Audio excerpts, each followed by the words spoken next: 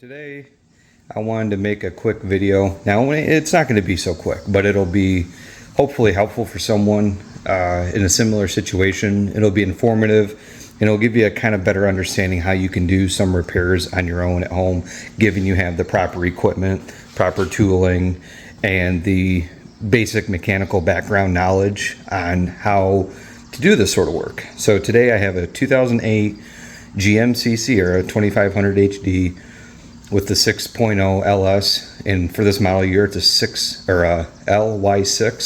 RPO code for the engine, so it's a gasser. This truck has 281,000 original miles. I bought it a year ago, July of 2022, and it had 271, so I've put about 10,000 miles on it. Issue I'm having is it's been like this ever since I bought it, so I don't suspect it to be a problem, but I think I can make it better. When you fire the engine up, it's at ambient temperature, meaning it's at outside air temperature. It doesn't seem to have quite the oil pressure I think it should have. It gets to about 40 pounds when it's cold. And then once it gets warmed up, it levels down to about 30. Going down the highway, it's about 30 to 35. And I know this engine has almost 300,000 on it, but I think we can get a few more PSI out of it. Like I just showed you, I'm going to be replacing the oil pan gasket and the oil pickup tube O-ring.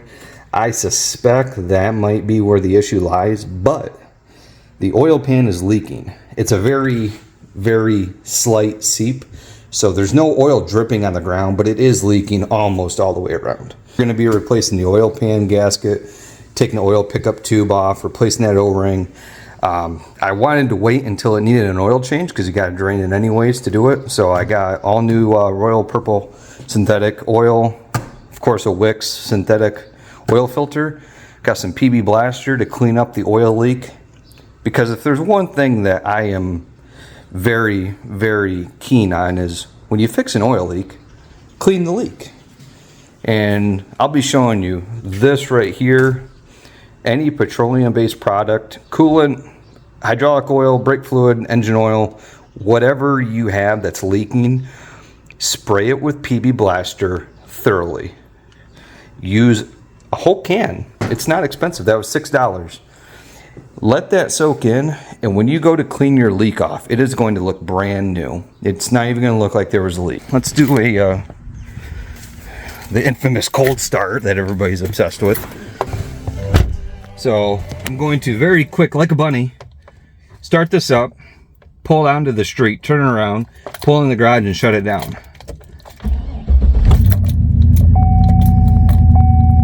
You can see it rose, and it goes about 40, 43. Now this is we're at 72 degrees outside right now. It's near the middle of July. Let's get this thing up in the air. I'll get you down there and show you kind of what we're working with, and we'll get this project started. Alright, so we got the truck up on a couple of 1977 classic Napa wheel lifts. I don't have a camera holder, so I'm just using my cell phone, and see if we can get some video of this.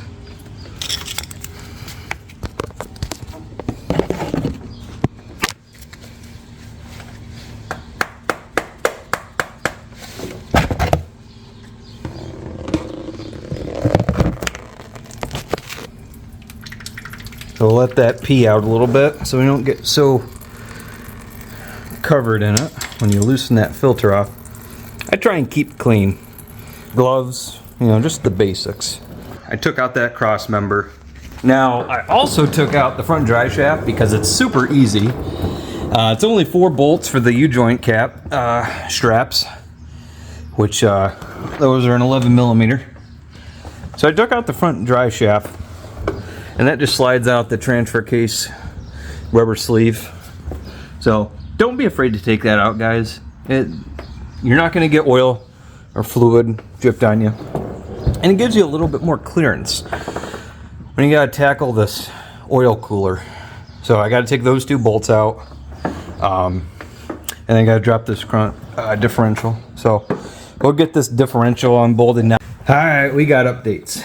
So when it comes to taking this diff out, you really got to remember that when you jack a truck up like this, your floor jack's probably not going to go up high enough. So I had to quick get some wood out of the back of my truck, use that to lift the front of the jack up enough to get to the bottom of the diff. Now I got those two bolts out. Those came out nice and easy.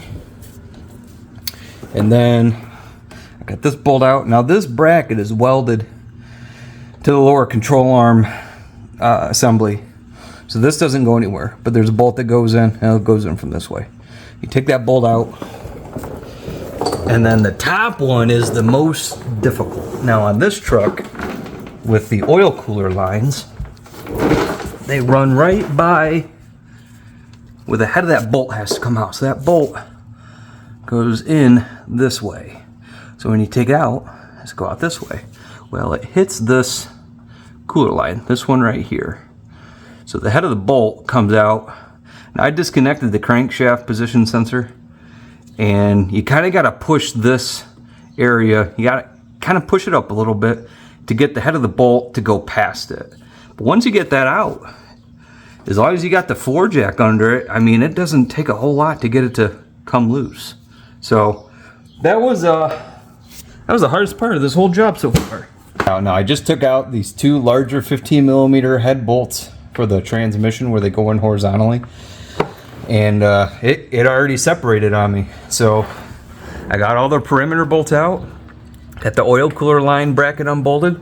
All these are just a 10mm headed bolt, so you do kind of got to use a few different types of tooling. I had a couple of extensions. I think the longest extension was a 6-inch and a 3-inch to make 9 inches of extension, plus a deep well 10mm on my electric ratchet to get some of these. And then on this front crossover, when you take this off, to make life easier, there's a bolt that goes in right there. It goes in this way from the side. You take that out, and then that little black plastic that engine harness crossover is in comes right out. So it's not hard, but you can get to about 6 of the bolts from this area. I was able to put my electric ratchet in this way, get a couple of bolts along the oil pan rail. Over here you can't, because you got the AC compressor and the trans cooler line, so it's a little tighter. But on this side you can get a couple of probably 3 of them out with the ratchet on the front. But let's get this pan off and see what we got.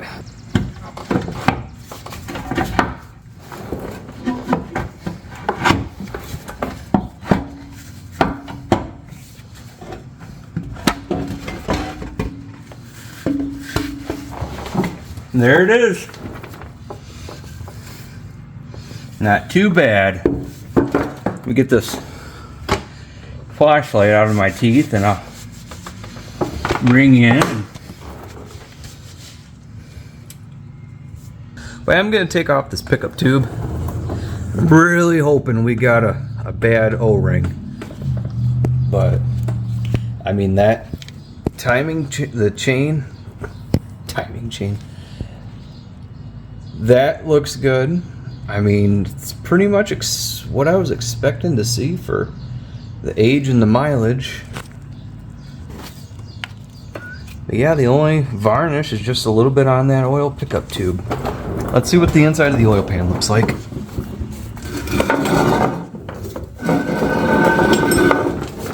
Alright, well, we got the oil pickup tube off, and the O-ring's actually not damaged by first visual appearance. So when I was under there, I first took that 10mm bolt out, and this 12, and then that one last. So I took that one out last. This whole thing just kind of dropped right out. So this was in the bore, but there was like no tension on that O-ring, because I didn't have to pull this down or nothing. Basically, if you were to take that O-ring and put this all back together without that O-ring on there, that's how it came apart. So this O-ring's pretty hard to the touch. I mean, I don't want to damage it before I take it off, but it's kind of gooey. Now I was looking and I started to clean off some of this gunk. This is mostly Z-barred undercoated. So when they Z-barred it, they kind of got it all over the oil pan. So even though it looks like it's covered in oil, it's actually a lot of the overspray from the Z-bar. So it's not like fully Z-barred, but there is like overspray when they do under the truck, and you know, they're, as Derek from Vice Grip would do, you know, his little gestures that we all love. That just has a lot of Z-barred undercoating overspray on it. So we'll get that cleaned up, and then we'll clean up this tube, new O-ring, make sure that screen's clean, and put it back together. All right, so got the oil pan all back installed. I didn't go through the whole process because it's the same as the removal, just in reverse. So got the oil pan all bolted up, dry shafts back in, front differentials all bolted back up, cross members back in.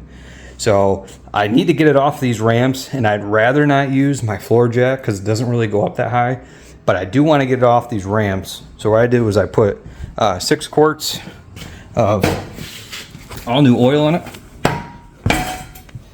and I'm going to start it, and we're going to see what that oil pressure looks like, but then also back it off these ramps so I can get this thing out of the garage and close my door tonight. Now before, it went up to about 42, and then I'm gonna close this hood so I can back off these ramps. It went to about 42 at its highest this afternoon, and then when I got it in the garage it was about 38, 39 psi. Let's see what it is now.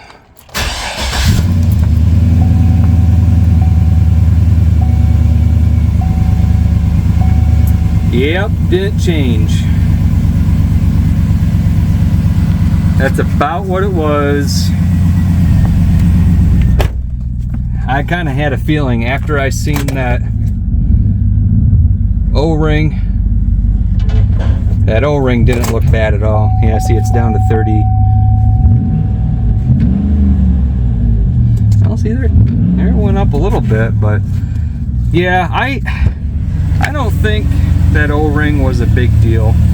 So we're going to chalk this up as a win because we did replace the oil pan gasket, which was leaking. I did have to go to the store and get a new, I bought a Felpro brand oil cooler gasket, which I wanted the Molly. The Molly brand looks identical to this one, which this might be an aftermarket one, but where the oil pan is, the oil cooler line has a junction block where it bolts to the side of the oil pan rail, and this is the old one, but it looks really nice. It looks newer. It doesn't look old. So this might have been replaced before, but went got a new one of those. I recommend the Molly brand. The Felpro brand isn't like this. It's not an aluminum structure with rubber inlay. The Felpro is like a it's like a fabric kind. So